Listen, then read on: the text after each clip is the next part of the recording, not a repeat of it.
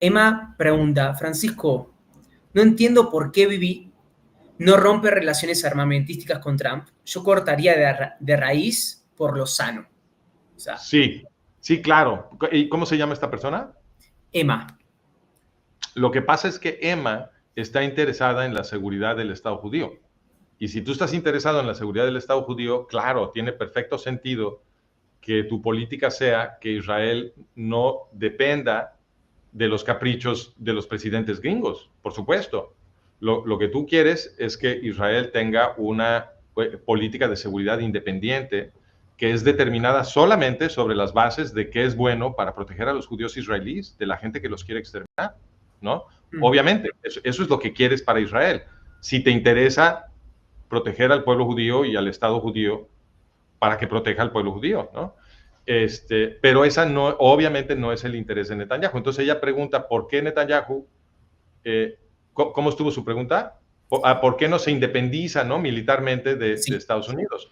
Y la respuesta es porque si Netanyahu se independiza militarmente de Estados Unidos, entonces se pierde el argumento con el cual Netanyahu se defiende de sus políticas traidoras, porque Netanyahu es un traidor. Entonces, es un esclavo de los presidentes gringos que obviamente quieren destruir el Estado de Israel. Entonces, si Netanyahu promueve políticas para realmente independizar a Israel militarmente de Estados Unidos, en el espacio de las narrativas, donde los gobernantes inventan una excusa para que su traición parezca otra cosa, ¿no? En ese espacio, Netanyahu perdería el argumento que dice, no, es que tengo que hacerle caso al presidente gringo porque me dijo que si no, no me va a dar estas bombas que necesitamos para protegernos de Hezbollah. ¿Ves? Ese argumento se pierde si Netanyahu es independiente. Entonces, como la misión de Netanyahu es destruir el Estado judío, él tiene que tener esos recursos narrativos para que cuando hace una traición la pueda disculpar de esta manera y en Israel no haya una revolución. Porque si los israelíes todos entienden lo que realmente está haciendo Netanyahu, lo quitan. ¿Ves? Sí, pero hay algo que no me queda muy claro, Francisco, porque yo realmente entiendo con argumentos históricos todos estos datos que decís de Netanyahu, que es un traidor y que está en contra del pueblo de Israel, etc. Pero no puedo concebir esa idea realmente. ¿Por qué? Porque él fue un hayal, fue un soldado israelí, él, o sea, israelí de nacimiento, fue, o sea, socialmente fue haciéndose la carrera hasta llegar a donde está ahora. O sea, lo veo realmente como un patriota que capaz tuvo sí algunos puntos de inflexión, tiene una presión constante de acá, de allá, o sea... Bueno, entonces tú dime, ¿qué necesitarías tú cómo tendría que ser la estructura de la evidencia para que tú te convencieras de que Netanyahu sí es un patriota? ¿Qué contaría como evidencia suficiente para llegar a esa conclusión? ¿Que si es un patriota? No. ¿Qué contaría como evidencia suficiente para que tú concluyeras que Netanyahu sí es un traidor? ¿Cómo tendría que estar? ¿Qué tendríamos que descubrir? Es una buena pregunta. A ver, Bueno, vamos. te voy a decir lo que fue suficiente para mí y tú me dices por qué no es suficiente para ti. Quizá es mejor hacerlo así. Entonces, para mí es suficiente que Netanyahu es el que primero violó el tabú sagrado de la política israelí que prohibía cualquier negociación con OLP Fatah. ¿Ok?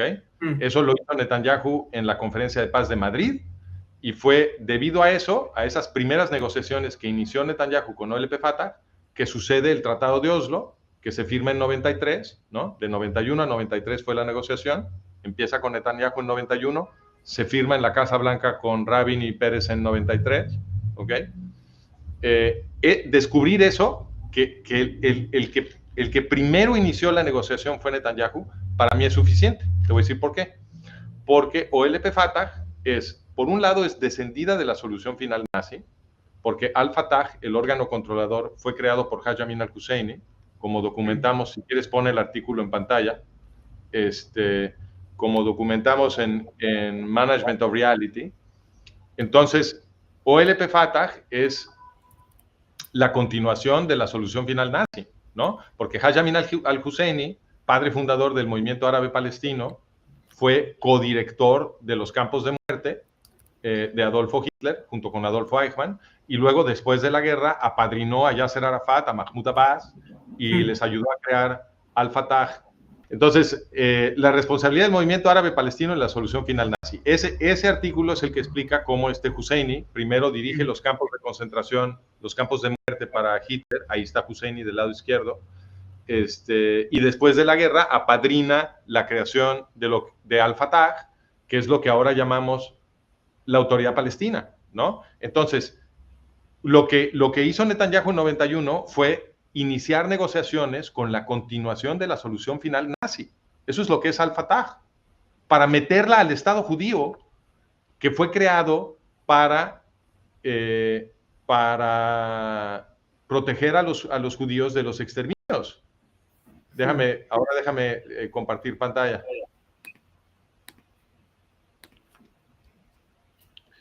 Y tenemos también este artículo que documenta cómo OLP Fatah, la misma organización, esta es la firma de Arafat con Rabin, bueno, la estrechada de manos entre Rabin y Arafat cuando se firma el Tratado de Oslo, pero esta organización que el Tratado de Oslo metió a Israel, gracias a Netanyahu, es la creadora del Irán yihadista. ¿Okay? Ahí están Arafat y Ayatollah Khomeini en Teherán, inmediatamente después del triunfo de la revolución iraní, la revolución yihadista iraní.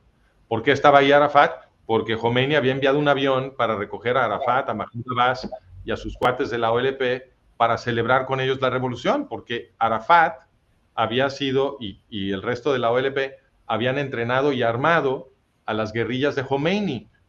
Y luego, cuando triunfan las guerrillas de Khomeini, OLP Fatah le ayuda a Khomeini a crear Savama, que es la policía política, represiva y órgano de espionaje en Irán, y le ayuda a crear la Guardia Republicana, que es la que exporta terrorismo a todo el mundo. ¿Ves? Entonces, OLP Fatah es la creadora del Estado terrorista que promete repetir el Holocausto en Israel. Y Netanyahu, nuevamente, Netanyahu es el que inició negociaciones para meter a este grupo a territorio militarmente estratégico del Estado judío. Y no es como que Netanyahu no entendía lo que estaba haciendo, porque la explicación de la responsabilidad de Arafat y Abbas y sus cuates de OLP Fatah en la revolución iraní se explicó en la portada del New York Times en 1979. O sea, este no es un dato oculto. Estaba en la portada del New York Times en 1979 que Arafat había hecho la revolución islámica en Irán. ¿Ok? Punto primero. Y punto segundo, Netanyahu es hijo de Ben-Zion Netanyahu, historiador, que en el periodo inmediatamente después de la guerra estuvo tratando de lograr que Haj Amin al-Husseini fuera enjuiciado por crímenes de guerra y crímenes contra la humanidad en Nuremberg. Entonces, por supuesto que Netanyahu sabe perfectamente quién es Haj Amin al-Husseini y que Haj Amin al-Husseini es el padrino de Yasser Arafat, de Mahmoud Abbas y el creador de Al-Fatah, con el objetivo de continuar el exterminio en Israel después de la Segunda Guerra Mundial. Todo eso lo sabe Netanyahu. Entonces, para mí, todo este cuadro es más que suficiente para decir que Netanyahu es un traidor. ¿Por qué? Déjame nada más cerrar el argumento. Porque yo sostengo que no existe ningún argumento que pueda justificar, es imposible justificar que un gobernante israelí meta a territorio militarmente estratégico de Israel, y sobre todo sin anunciarle a los israelíes lo que está haciendo, porque se los ocultaron, a una organización descendida de la solución final nazi, que es creadora de un Estado que promete repetir esa solución final en Israel. Simplemente no existe el argumento para justificar eso, y por lo tanto no hay otro calificativo más que traición.